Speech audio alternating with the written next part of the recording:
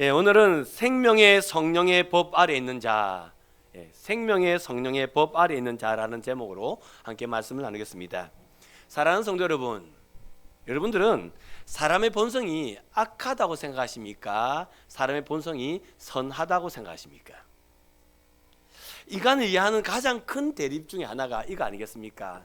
인간을 이해하는 가장 큰 대립이 인간의 본성이 악하다고 하는 성악설과 인간의 본성이 선하다고 하는 성선설, 이 두 가지의 대립 아니겠습니까? 여러분들 이 성선설과 성악설에 대표되는 사람 두 사람을 말하라 그런다면 순자와 맹자일 겁니다. 순자는 사람의 본성은 악하다, 순자는 그렇게 얘기했고요. 맹자는 아니다, 사람의 그 본성은 선하다, 맹자는 그렇게 말합니다. 맹자가 사람의 본성이 선하다고 하는 그 이유는 사람에게는 인의예지, 인의예지가 있기 때문이라고 그렇게 맹자는 말합니다. 무슨 말이냐면 사람의 마음속에는요 측은지심이 있답니다. 측은지심, 그러니까 사람이 사람을 보면 불쌍하게 여기는 마음이 있대요. 여러분들 제 보면 불쌍하시죠?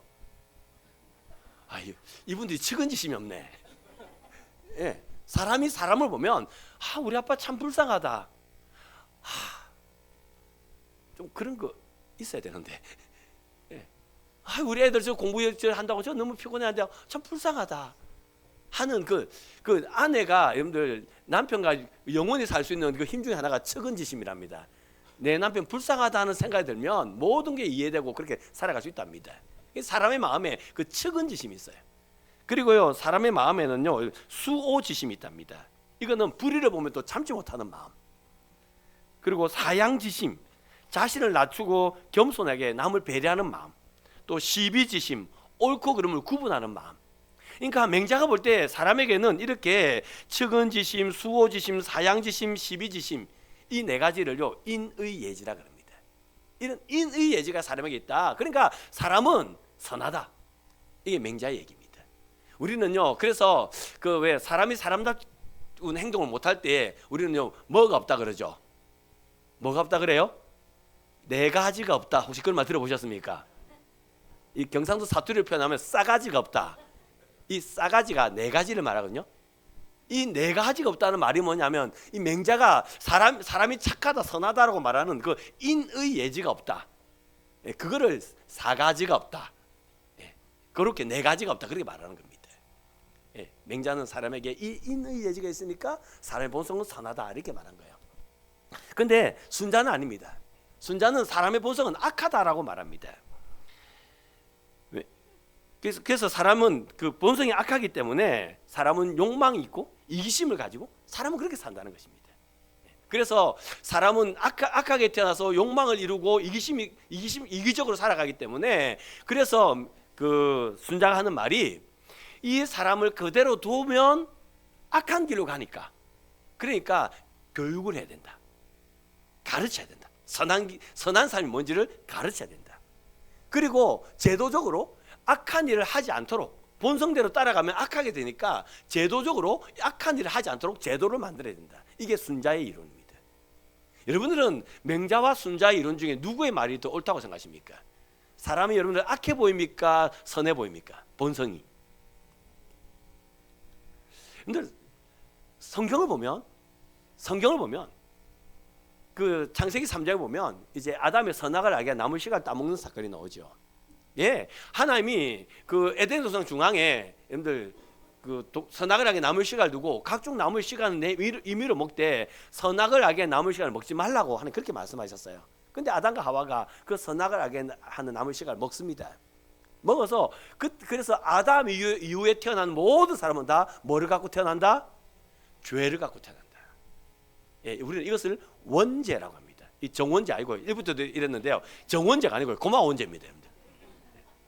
사람은 원죄를 갖고 태어난 것입니다. 이 원죄를 갖고 태어난 사람들은요 이제 이 세상을 살아갈 때 죄를 벗삼아 삽니다. 죄를 짓고 사는 삶이 자연스럽단 말입니다. 그런데 이런 죄인된 우리를 위하여 이 땅에 예수 그리스도께서 오시죠. 그 예수님이 십자가에 달려 죽으심을 말미암아 이제 우리의 죄를 용서하시고 우리를 새로운 피조물 되게 하셨습니다. 믿으십니까? 여러분 믿으세요? 저 뒷동네를 왜 묵비권 행사하십니까? 예, 맞습니다. 이제 우리가요 예수 그리스도로 말미암아, 예수 십자가로 말미암아 내가 새로운 죄 용서함 받고 새로운 피조물이 되었어요. 근데 제가 이러면 질문 안 할까요? 이 새로운 피조물의 그 모습은 어떤 모습일까요? 무슨 말이냐면 이제 우리가 새로운 피조물이 되었는데요, 새로운 피조물이 된 우리는 이제 죄와 전혀 상관없는, 죄는 저 천리 만리에 떨어져 있고 나는 죄와 상관없는 그런 자리에 서 있는, 내가 그런 새로운 피조물이 되었을까요? 아니면 예, 내가 새로운 피조물이 되었지만 여전히 내 삶에는 죄가 있고 내 주위에는 죄가 있고 또 그 죄된 삶 속에서 내가 이게 죄고 이거는 죄가 아닌 걸 뭐라 그래요? 안죄. 예, 예, 그러니까 예, 뭐 죄와 안죄가 있는데, 예, 그러니까 여전히 내 삶에 죄가 있고 안죄가 있는 여기에서 내가 자유함을 가지고 내가 죄도 선택할 수 있고 진리도 선택할 수 있는, 이게 새로운 피조물 된 상태, 사람의 상태일까요? 자, 여러분들 새로운 피조물 된 사람의 상태가 어떤 상태일까요? 죄와는 전혀 상관없는, 죄가 천리 만리 떨어져 있고 나는 죄와 전혀 상관없는 이게 새로운 피조물일까요? 예수 믿고 구원 받았는데, 그래서 새로운 피조물 되었는데 여전히 내 주위에는 죄가 있고, 예, 그래서 그 죄와 싸워야 되는, 예, 그 상태가 새로운 피조물의 상태일까요? 1번, 2번. 예, 맞습니다. 여러분들 저보고 정답을 말하라 그러면 2번입니다. 내가 새로운 피조물이 되었는데, 새로운 피조물이 되었는데 있잖아요, 여전히 예수를 믿기 전에 믿고 나는 이유나 여전히 내 삶에 바뀐 건 없어요. 내 삶이 바뀐 건 없고 여전히 내 삶에 죄가 있고 악이 있고 욕심이 있고 교만이 있고 다 있단 말입니다. 여전히. 그러면 이제 내가 어떻게 되냐면, 이제 옛날에는 죄에 종된 사람이었기 때문에 그 죄를 벗삼아 살았다면 이제는 새로운 피조물이 돼서 그 벗삼은 죄를 멀리하고 진리의 길을 향하여 가야 되는 겁니다. 이게 새로운 피조물의 모습이에요. 그런데요, 여러분들 예수 십자가 믿고 새로운 피조물 되어서 그 죄와 벗삼던 죄와 헤어져서 죄와 싸워 이겼어. 여러분들은 진리의 길을 향하여 걸어가고 계십니까? 죄와 싸워서 이기십니까? 지십니까? 이기셨어요? 지셨어요?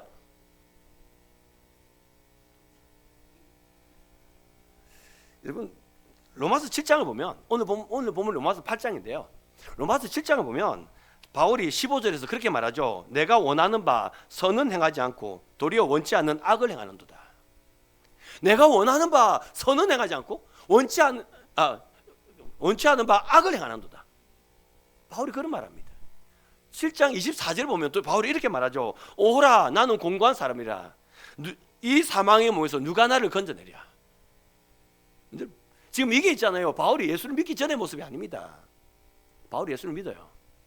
예수를 믿은 바울은요 얼마나 열정적이었냐면, 여러분들 그 사람들에게 예수를 전하기 위해서 그는요 나의 생명조차도 조금 더 귀한 것을 여기지 아니하노라. 그게 바울 아닙니까? 그러니까 왜 겉으로는요 지금 바울이 열정적인 사람이었고요, 많은 사람을 죽기를 인도하는, 예, 바울이 그런 사람이었습니다. 근데 그 바울이 있잖아요, 자기의 내면을 본 겁니다. 자기의 내면을 보니까 내가 원하는 바 선은 행하지 않고 내가 도리어 악을 행하고 있구나. 이 말은 죄와 싸워 이겼단 말입니까? 못 이겼단 말입니까? 죄와 싸워 못 이겼단 말입니다. 그래서 그 바울이 오라 나는 공고한 사람이로다, 오라 나는 허망한 사람이로다, 바울이 그렇게 탄식합니다. 근데 여러분들 정말 감사한 게 뭐냐면, 로마서 7장이 24절로 끝나지 않고 25절로 끝난다는 것입니다. 25절이 있어요. 그렇게 오라 나는 공고한 사람이로다, 누가 나를 이 사망의 몸에서 건져내랴 라고 탄식했던 그 바울이요 25절에 그는 이렇게 말하죠. 우리 주 예수 그리스도로 말미암아 하나님께 감사하리로다. 아니 24절, 이제 방금 나는 허망한 사람이라고, 나는 죄와 싸워 못 이기는 나는 허망한 사람이라고. 그래서 누가 나를 좀 건져줬으면 좋겠는데 누가 건져낼 수 있을까?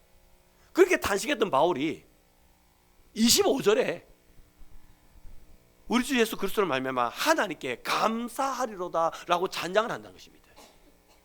여러분 어떻게 바울이 갑자기 이렇게 탄식에서 찬송으로 갑자기 고백이 바뀌었을까요? 여러분, 하덕규 목사님이 가시나무라는 노래를 작곡 작사했습니다.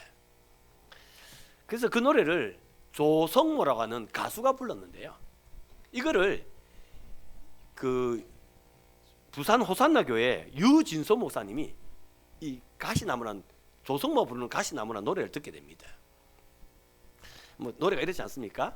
내 속엔 내가 너무도 많아, 당신의 쉴 곳 없네, 내 속엔 헛된 바램들로 당신의 편할 곳 없네. 제가 함께 노래 부르는 이제 일나라 그 말입니다. 눈 떠라 그 말입니다. 여러분들, 유진수 목사님이 어느 날 뭐 텔레비를 틀었든지 라디오를 틀었든지 뭘 틀었겠죠. 그랬더니 노래가 흘러나오는데 그 하덕규 목사님이 작곡 작사한 그 가시나무라는 노래를 조성모가 부르고 있는 겁니다. 그 노래를 다 듣는데요, 들으면서 이 유진수 목사님에게 의문이 하나 생겼습니다.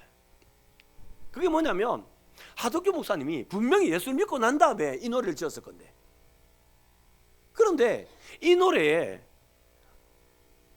예수님이 나를 사랑하셔서 나를 구원해 주셨습니다, 내 삶이 이렇게 변화되었습니다, 난 그래서 기쁩니다 하는 그런 내용은 하나도 없고, 내 속에 내가 너무 많아서 당신이 쉴 곳도 없고, 여기 보면요, 쉴 곳을 찾아 지쳐 날아온 어린 새들도 가시에 찔려 날아가고, 누군가가 내게 찾아와서 좀 편히 쉬기 위해서 내게 찾아왔는데 나는 오히려 그에게 가시가 돼서 그를 도망가게 만들고, 뭐 이런 아픔만 적어난다. 예수를 믿고 난 다음에 분명히 이 노래를 지었는데 어떻게 이렇게 상처와 아픔과 고통만 적어놨나, 이게 궁금하더랍니다. 그러더니 유진수 목사님이 미국에 집회를 갔대요. 미국에 집회를 갔는데 그 집회에서 하덕규 목사를 만난 겁니다. 만나자마자 유진수 목사님이 왜 가시나무에서 노래가 그러냐고, 가사 그러냐고 물었답니다. 그랬더니 하덕규 목사님이 하시는 말씀이 이렇습니다. 이 가시나무는 하덕규 목사님이 예수 믿고 2년 되는 해에 지었답니다. 예수 믿은 2년이 됐어요. 근데요, 2년이 됐는데 어느 날 자기가 자기 자신을 보니까 자기 안에 욕심이 너무 많더랍니다. 예, 자기 안에 욕심도 너무 많고, 여러분들 이기심도 너무 많고, 막 그렇게 각 차 있어가지고 누군가를 받아줄 수 있는 그런 마음의 여유가 자기에 없더랍니다. 그래서요, 자기의 상처와 이런 게 가득 차 있었던 이 하덕규 목사님은요, 이제 자기 주위에 있는 가까이 있는 사람들과 깊은 관계를 맺어야 되는데, 오히려 자기의 이 상처 때문에, 자기 속에 자기가 가득 찬 이것 때문에 오히려 자기 가족이나 친한 사람들이 자기 때문에 상처를 받아 떠나가더랍니다. 그게 너무 속이 상했어. 그게 너무 힘들어서 새벽기도를 갔답니다. 새벽기도 가서 하덕규 목사님이 이 문제를 내놓고 기도했답니다. 하나님, 왜 내 속에 내가 있게 많아서 이렇게 사람들을 쉬게 하는 게 아니라 오히려 상처 주고 갈등을 만들고, 내가 왜 이렇게 삽니까? 내가 예수를 믿는데. 하덕규 목사님이 그렇게 새벽에 가서 하나님께 기도했습니다. 그렇게 기도하는데 하나님이 환상을 하나 보여주셨어요. 그 환상이 가시나무 덩굴에서 피 흘리는 예수님의 모습이었습니다. 그걸 보는 순간에 하덕규 목사님이요, 감격하며 일어납니다. 감격하며 일어나서 집으로 달려가서 10분 만에 작곡 작사한 노래가 이 가시나무랍니다. 이 가시나무를 쓸 때에 하덕규 목사님의 마음이 어떤 마음이었냐면 이런 마음이었답니다. 그래, 맞다, 나는 내 욕심도 많고 이기적이고 그래서 많은 사람에 상처를 주지만, 이런 나를 예수님이 버리지 않고, 이런 나를 예수님이 사랑하시고 붙잡아 주시고 인도하여 주신다. 하나님이 여전히 이런 나를 여전히 사랑하여 주신다. 그래서 하덕규 목사님은요, 내 약한 거, 내 악한 거, 내 나쁜 거, 내 잘못된 거, 이거를 고백하면서 이런 나를 하나님이 여전히 사랑하신다. 내가 약하면 약할수록 하나님은 더 강하게 나를 붙잡아 주신다. 그거를 고백하게 하여 이 노래를 썼답니다. 여러분, 그 노래가 바로 가시나무랍니다. 근데 있잖아요, 지금 바울이 갑자기 감사하리로다 라고 말하는 이유가 이겁니다. 바울이 자기 자신을 아는 내면을 봤지요. 내면을 보니까요, 맞습니다. 겉으로 볼 때는요, 뭐 어디 가서 교회도 세우고요, 박해도 이겨내고요, 뭐 겉으로 볼 때는 화려하고 멋졌습니다. 그런데 내 속에는 그 악함을 이기지 못하는 겁니다. 내 속에는 그 죄를 이기지 못하는 것입니다. 그래서 바울은 탄식하죠. 절규하죠. 근데 탄식하고 절규하는 그 바울이요, 이렇게 말하지 않습니까? 누가 이 사망의 몸에서 나를 건져내라. 누군가 나를 건져내야 되는데 누가 나를 건져내라. 바울이 그렇게 절규하지 않습니까? 근데 그 바울을 그 사망의 몸에서 누가 건져내십니까? 누가 건져내세요? 예수님이 건져내신 것입니다. 나는 도무지 이겨낼 수 없는 이 죄악을 새로운 피조물 되게 하신 그 주님이 건져내 주셨구나. 내가 악하면 악할수록, 내가 약하면 약할수록 우리 주님은 더 강한 손으로 나를 붙잡아 주고 계시구나. 바울이 그걸 깨달은 것입니다. 그래서 바울은 감사하리로다라고 하며 7장 25절에 그 찬송으로 7장을 마무리합니다. 그리고 이제 오늘 보면 8장이 들어오는 겁니다. 우리 8장 1절 2절 같이 한번 읽어보실까요? 로마서 8장 1절 2절 말씀 같이 읽겠습니다. 같이 읽습니다. 시작. 그러므로 이제 그리스도 예수 안에 있는 자에게는 결코 정죄함이 없나니 이는 그리스도 예수 안에 있는 생명의 성령의 법이 죄와 사망의 법에서 너를 해방하였음이라. 아멘. 8장 1절이 그러므로라고 시작된 걸 눈여겨보셔야 됩니다. 그러므로란 말은 앞에 7장과 연관이 있단 말입니까? 없단 말입니까? 있다는 말이죠. 예, 감사하리로다 찬송한 바울은 이제 8장에서 그러므로 이제 그리스도 예수 안에 있는 자에게는 결코 네 잘못했어, 너 죄인이야 라는 정죄함이 있다 없다? 없다. 왜 없을까요? 왜 없을까요? 이는 그리스도 예수 안에 있는 생명의 성령의 법이 죄와 사망의 법에서 너를 해방하였습니다. 그러니까 이제 예수의 그 능력 안에, 은혜 안에 거하고 있는 사람은 이제 어느 법 아래 있냐면 그 죄와 사망의 법 아래 있는 게 아니라 생명의 성령의 법 아래 놓이게 됐다 이 말입니다. 이게 뭔 말인지 지금 감이 잘 안 오시죠? 감 오게 해드릴까요? 진영은 단감인데 감 오게 해드릴까요? 여러분들, 우리나라에 외국인 근로자들이 참 많이 들어와 있습니다. 제가 잘 모르지만 아마 지금 우리나라의 외국인 근로자들 다 출국 명령에서 다 떠나보내버리면 우리나라 경제 안 돌아갈걸요. 아마 공장 안 돌아갈걸요. 아마도 제가 잘 모릅니다만은 그 정도로 지금 우리나라에 외국인 근로자들이 많이 들어왔고, 지금 그 외국인 근로자들이 없으면 우리 사회 구성이 힘들 만큼 지금 우리나라가 그렇습니다. 그런데요, 있잖아요, 그 외국인 근로자 중에 한 사람이 한국에 와서 보니까 한국이 너무 좋은 겁니다. 와, 너무 좋은 거예요. 그래가지고 이 사람이 어떻게 하면 내가 한국 그 국적을 가질 수 있을까? 그래서 이 사람이 이제는 연구를 합니다. 자문을 구합니다. 그래서 뭐 그런 법이 있는지 없는지 제가 잘 모르겠지만 그 사람이 자기가 주어진 일 열심히 하면서 이제는 한국 국적을 취득할 수 있는 그런 자격들을 그가 만들어 갑니다. 그래서 드디어 이 사람이 이제는 한국 국적을 땄습니다. 한국 시민권을 가졌습니다. 이 한국 시민권을 가진 이 사람은 있잖아요, 이 사람이 베트남에서 왔다 그러면 베트남의 법 아래에 있을까요? 한국의 법 아래에 있을까요? 한국의 법 아래에 있습니다. 그래서 베트남에서 야, 네 주민세 내라 하고 독촉장이 날라왔습니다. 그 내야 될까요? 안 내도 될까요? 안 내도 됩니다. 대신에 한국 주민세 내야죠. 뭔 말인지 아시겠습니까? 우리의 법 적용이 옛날에는 죄와 사망의 법 아래 있었어요. 그래서 우리가 죄를 지으면 죄와 사망의 법 아래 있었기 때문에 거기서 정죄함이 있습니다. 네가 죄를 지었지, 넌 사망이야, 이런 정죄함이 있었다고요. 근데 이제 우리는 그 법의 적용을 받아요, 안 받아요? 우리는 그 법의 적용을 받지 않고요, 우리는 이제 생명의 성령의 법 아래 놓이게 된 것입니다. 그래서 우리가 죄를 지었어요. 예수 믿고 난 다음에 새로운 피조물이라도 여러분들 죄가 멀리 하니까 가까이 있다 아까 그랬잖아요. 근데 그 죄와 싸워 내가 못 이겼어요. 못 이기면 정죄함을 받는 게 아니라 이런 나를 하나님이 사랑하여 주고 계시구나, 이런 나를 하나님 붙잡아 주고 계시구나, 내가 일어나야지. 그리고 일으켜 주시는 은혜 안에, 은혜의 법 안에 내가 거하고 있단 말입니다. 여러분들, 이게 진짜 놀라운 복인데, 이게 정말 놀라운 은혜인데, 이게 얼마나 큰 은혜냐면요, 여러분들 지금 전 세계에서 제일 핫한 사람 한 사람을 말하라 그런다면 저는 일론 머스크를 말할 것 같습니다. 지금 전 세계에서 가장 핫한 사람 한 명을 말하면 뭐 각기 다르겠지만 저는 일론 머스크를 말할 것 같아요. 이분이 여러분들 트럼프 대통령하고도 한판 붙잖아요. 트럼프와 친구가 됐다가 트럼프와 적이 됐다가 이분 대단한 사람입니다. 이분이 얼마나 대단한 사람이냐면 여러분들 2002년에 스페이스 X라고 하는 그 회사를 설립하죠. 그 스페이스 X를 그가 설립하면서 어떤 꿈을 가진 줄 아십니까? 그가요 지구에 있는 사람을 화성으로 그런 꿈을 가졌어요. 그래서 우주선 개발에 나간 겁니다. 이게 여러분들 이게 미국이 아니고 한 나라가 한 게 아니고요 한 개인이 회사를 통해 한 것입니다. 그래가지고 우주선을 쐈죠. 근데 이 스페이스 X에서 아시죠? 우주선을 쏴가지고 그 날아간 우주선이 다시 돌아가고 그 이제 발사대에 다시 탁 오는 거. 그래서 우주선을 다시 사용할 수 있게 된 거. 이건 모르세요? 그 뉴스에 나왔는데.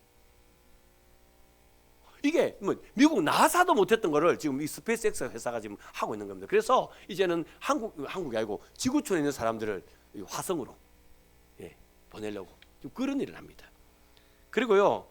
이분이 그 2004년에 테슬라의 그 투자자가 되죠.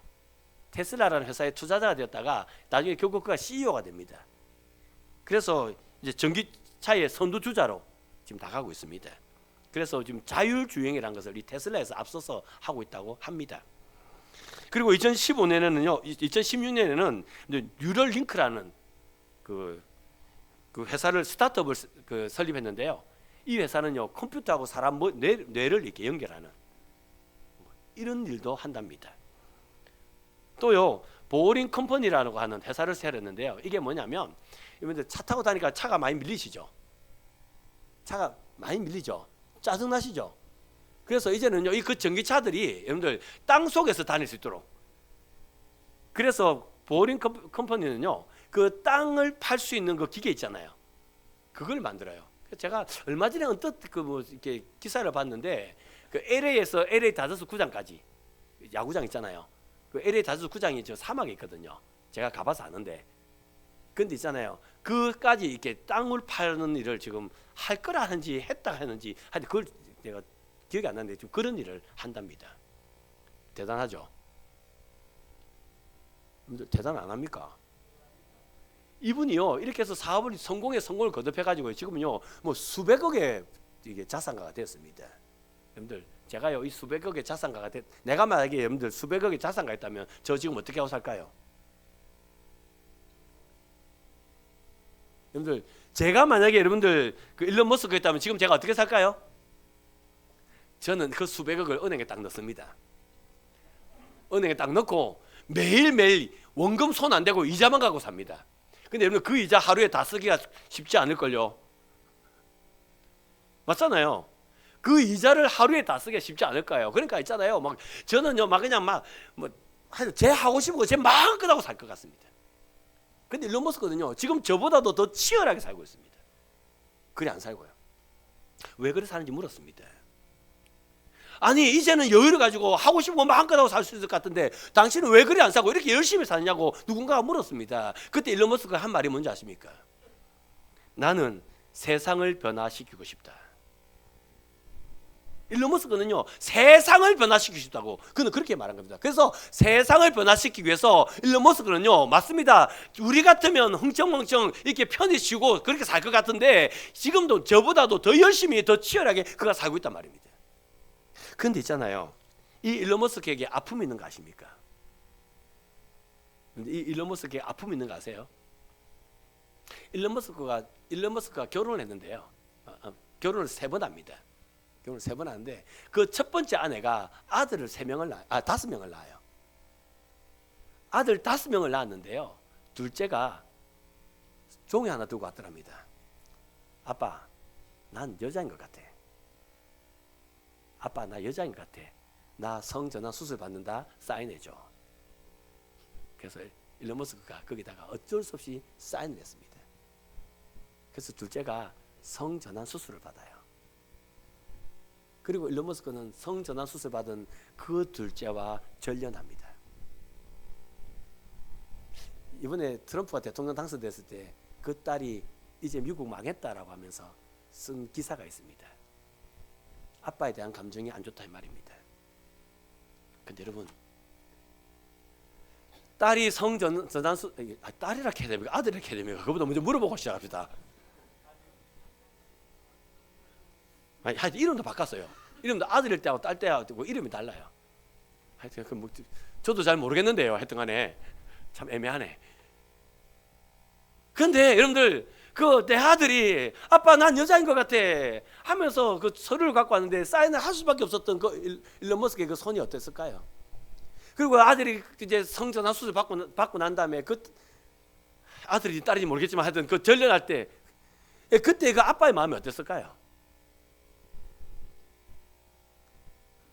지금 제가 뭘 말씀드리고 싶은지 아시겠습니까? 일론 머스크는요, 이 세상은 변화시킬 수 있었는데, 삶의 환경은 변화시킬 수 있었는데, 그런데 사람은 변화 못 시켰다 이 말입니다. 사람은 변화 못 시켰어요. 내 아들도 변화 못 시켰다 이 말입니다. 그런데 있잖아요, 우리 예수님은 십자가로 말미암아 이제 사람을 변화시킨 거예요. 우리를 변화시킨 거예요. 그래서 예전에는 죄를 벗삼아 살던 사람인데요, 이제는요 죄를 벗삼아 사는 게 아니라 내가 이렇게 살면 안 되지. 비록 우리가 죄와 싸워 이길 수 없는 연약한 사람이지만 내가 이렇게 살면 안 되지. 여러분 그거 있죠? 여러분 그거 없으세요? 그래서 이제는 내가 이렇게 살면 안 되지라는 그 마음을 가지고 또 살아가는 삶이 이제는 죄와 사망의 법에 얽매여 사는 게 아니라 내가 무너질 때마다 이제 정죄함 속에서 고통하는 게 아니라 이제 내가 무너질 때마다 이런 나를 하나님 사랑해 주셔서 하나님 감사합니다. 하나님 은혜입니다. 내가 이만큼이나 된 게 주의 복입니다. 우리가 그러면서 조금씩 우리가 변화되어져 가고 있다 이 말입니다. 여러분들, 이게 생명의 성령의 법 아래 살아간다는 말의 의미입니다. 여러분들, 죄와 사망의 법에서 이제 해방되어서 생명의 성령의 법에 살아간다는 말이 바로 이거예요. 옛날에는 죄를 지으면 정죄함을 받아야 되는데 이제는 죄를 지어도 죄를 지을 때 무너지지 않고 하나님의 은혜를 노래할 수 있는, 우리가 새로운 법 안에 놓여 있는, 우리가 그 복을 받은 겁니다. 여러분, 이게 얼마나 놀라운 은혜인지 고린도전서 12장 3절은 이렇게 기록합니다. 우리 같이 고전 12장 3절 읽어보실까요? 고린도전서 12장 3절 말씀 같이 읽겠습니다. 시작. 그러므로 내가 너희에게 알리노니 하나님의 영으로 말하는 자는 누구든지 예수를 저주할 자라 하지 아니하고 또 성령으로 아니하고는 누구든지 예수를 주시라 할 수 없느니라. 아멘. 여러분들, 생명의 성령의 법 아래 살아가는 사람은요 예수를 주시라 하는 사람이에요. 그래서 여기 보면 또 성령으로 아니하고는 누구든지 예수를 주시라 할 수 없느니라. 누구든지 예수를 주시라 할 수 없는데 성령으로 말미암아 이제 예수 십자가를 믿게 된 사람은 예수를 누구라 한다? 주라고 한다. 주. 이 주라는 단어가 아시죠? 퀴리오스입니다. 퀴리오스. 죄송합니다. 제가 비싼 말을 써서. 이 퀴리오스라는 단어를요 이 당시에 누가에게 쓴 호칭이냐면 로마의 황제에게 쓴 호칭입니다. 그러니까 로마의 황제가 여러분들 무력으로 다른 나라를 정복해 나가죠. 정복해 나갈 때 있잖아요. 이제 내가 예를 들면 이기현 목사의 나라를 제가 정복했습니다. 그래서요 이제 그 나라의 로마의 황제가 퀴리오스가 됐어요. 그러면 이기현 목사 나라는 로마의 법을 따라야 돼요? 이기현 목사 나라의 법을 따라야 돼요? 예, 로마의 법을 따라야 되는 겁니다. 알겠죠, 이기현 목사님? 예, 그래야 되는 겁니다, 여러분들.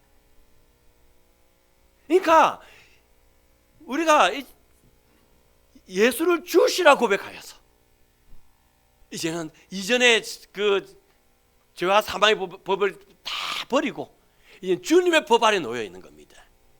이게 얼마나 재밌는 단어냐면 여러분들, 제가 이번에 설교를 준비하면서요 이번에 알게 된 건데 이 당시에 아테네 여자들이요 결혼을 하면 남편을 퀴리오스라 불렀답니다.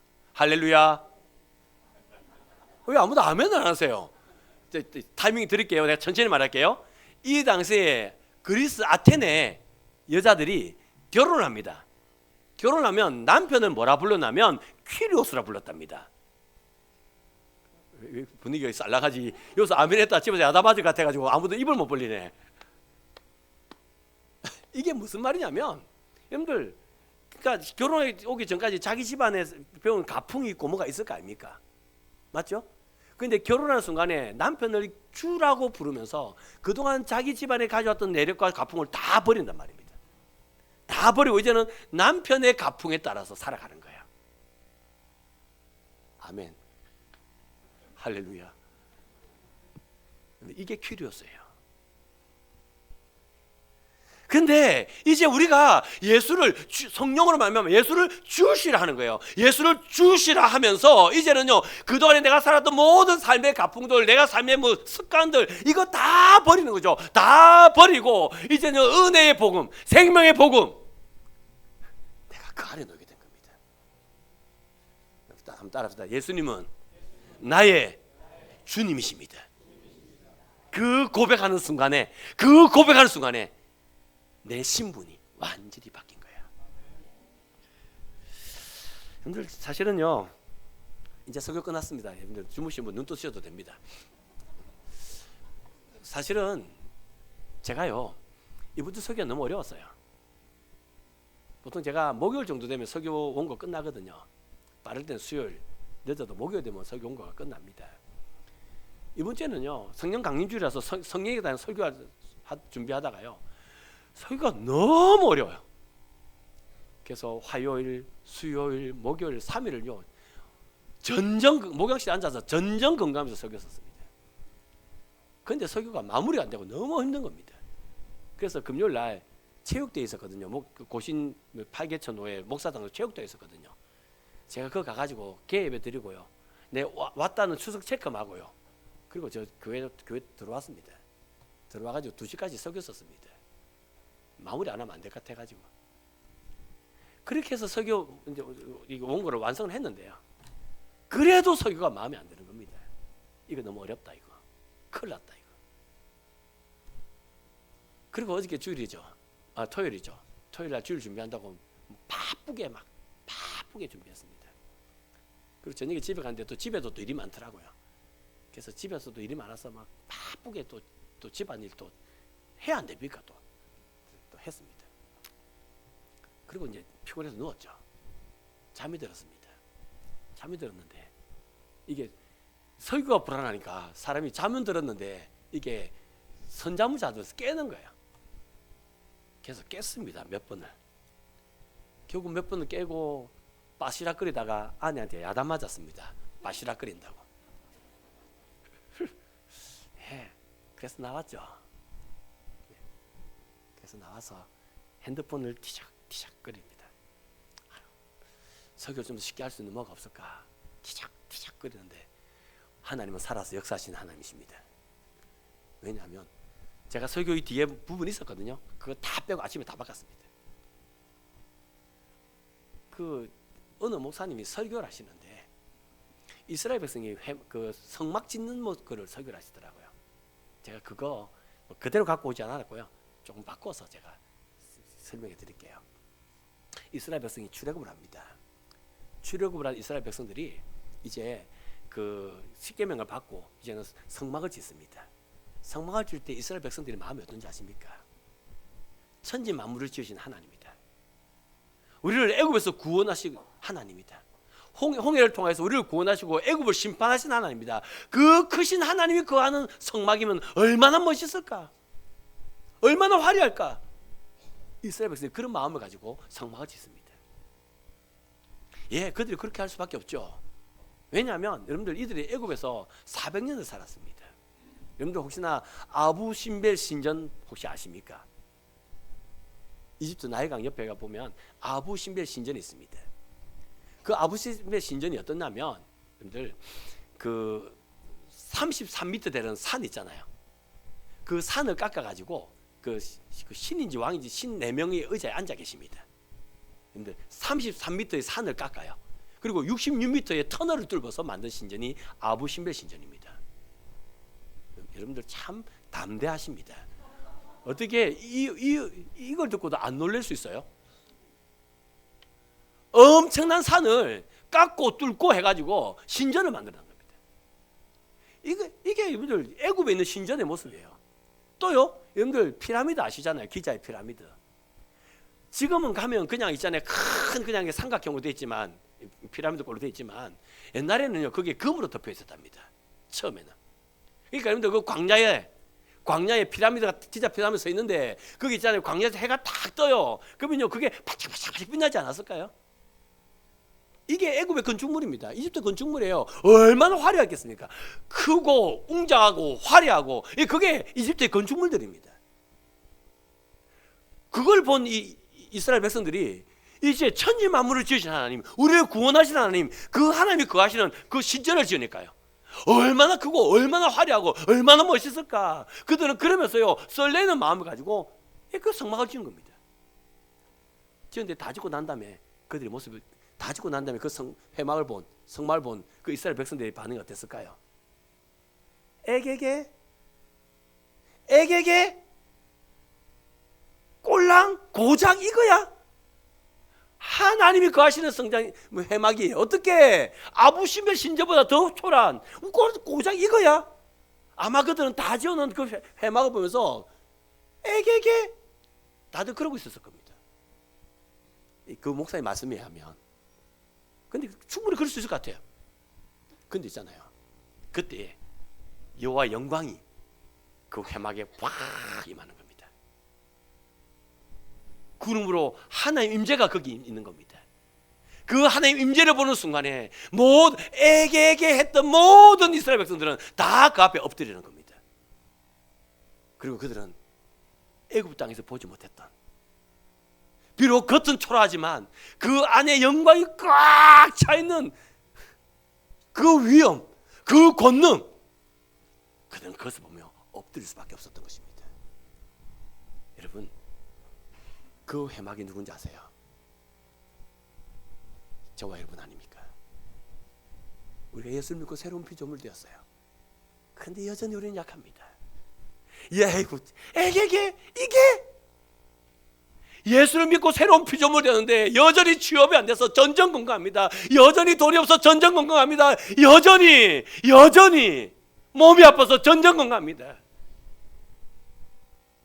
초라하게 이럴 데 없는 겁니다. 뭐 한번 잘해볼기라고 아자아자 화이팅하고 나가면 뭐합니까? 실패하고 돌아오는데. 오늘요 제가 일부 예배 드리러 와서 여기 청년이 하나 있더라고요. 취업 준비하는 거 제가 압니다. 그래서 제가 그 청년협회 가서 어깨 한번 두드리면서 이런 말하면 안 될 것 같아서, 야야 어깨 펴라. 네가 취업 못한 게 어깨 이렇게 움츠릴 거 아니지 않느냐. 어깨 펴라. 그리고 괜찮다. 네 지금 취업 안 한다고 굶어 죽는 거 아니다. 괜찮다. 그리고 어깨 두 번 툭툭 쳤습니다. 애가 우는 거예요. 앞에 앉아서 울어요. 여러분, 근데 있잖아요, 그 우는 놈 그 눈물을요, 그 의미를 저는 압니다. 다 이런 것 같아요. 나 아무것도 아닌 것 같아. 우리 교회에 그런 청년이 얼마나 많은 줄 아십니까? 내가 예수를 믿는데 어찌 하는 일이 안 돼도 일이 안 될 수가 있습니까? 아니 그래 맞습니다. 그래 목사님 그거는 육적인 거 아닙니까? 예 맞습니다. 그럼 영적인 거 얘기 한번 해봅시다. 내가 한번 예수 믿는 사람을 바르게 살아볼 거라고 내가 새벽기도 나와서 울면서 기도하고 내가 그렇게 했는데, 그런데 지금 내가 뇌를 보면 바울이 했던 그 탄식이 딱 나와야 되는 그 모습 아닙니까?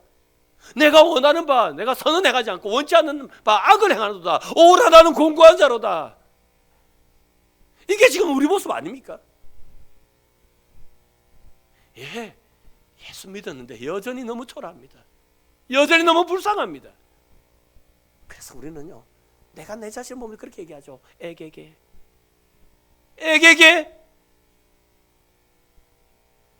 근데 여러분들 기억하십시오. 나는 약한 자 맞습니다. 나는 죄와 싸워 이길 수 없는, 여러분 나는 새로운 피조물이지만 나는 여전히 약한 자 맞습니다. 그러나 성령께서 오셔서 나의 입술을 통하여 예수를 주시라 고백하게 하셨습니다. 그래서 내가 죄와 사망의 법 아래 있는 자가 아니라 나는 생명의 성령의 법 아래 놓인 자가 된 것입니다. 내 신분이 바뀐 거예요. 그리고 이제는 내 속에 계신 그 성령이 영광으로 능력으로 나를 붙잡아 주실 것입니다. 그래서 우리는 예수 그리스도 이름을 찬송할 수 있는 자가 되어 있는 겁니다. 기억하십시오. 나는 약하지만 내 속에 계신 주님은 강하십니다. 이제 그 성령을 통하여서, 늘 성령 하나를 통하여서 예수를 주시라 고백한 여러분, 이제 그 성령을 통하여서 여러분 안에 있는 주님을 볼 수 있기를 바랍니다. 그래서 나는 약하지만 주님이 계셔서 은혜를 노래하는 주의 백성 되었도다. 이것을 고백하며 힘을 얻어서 살 수 있는 저와 여러분 될 수 있기를 주의 이름으로 축원합니다.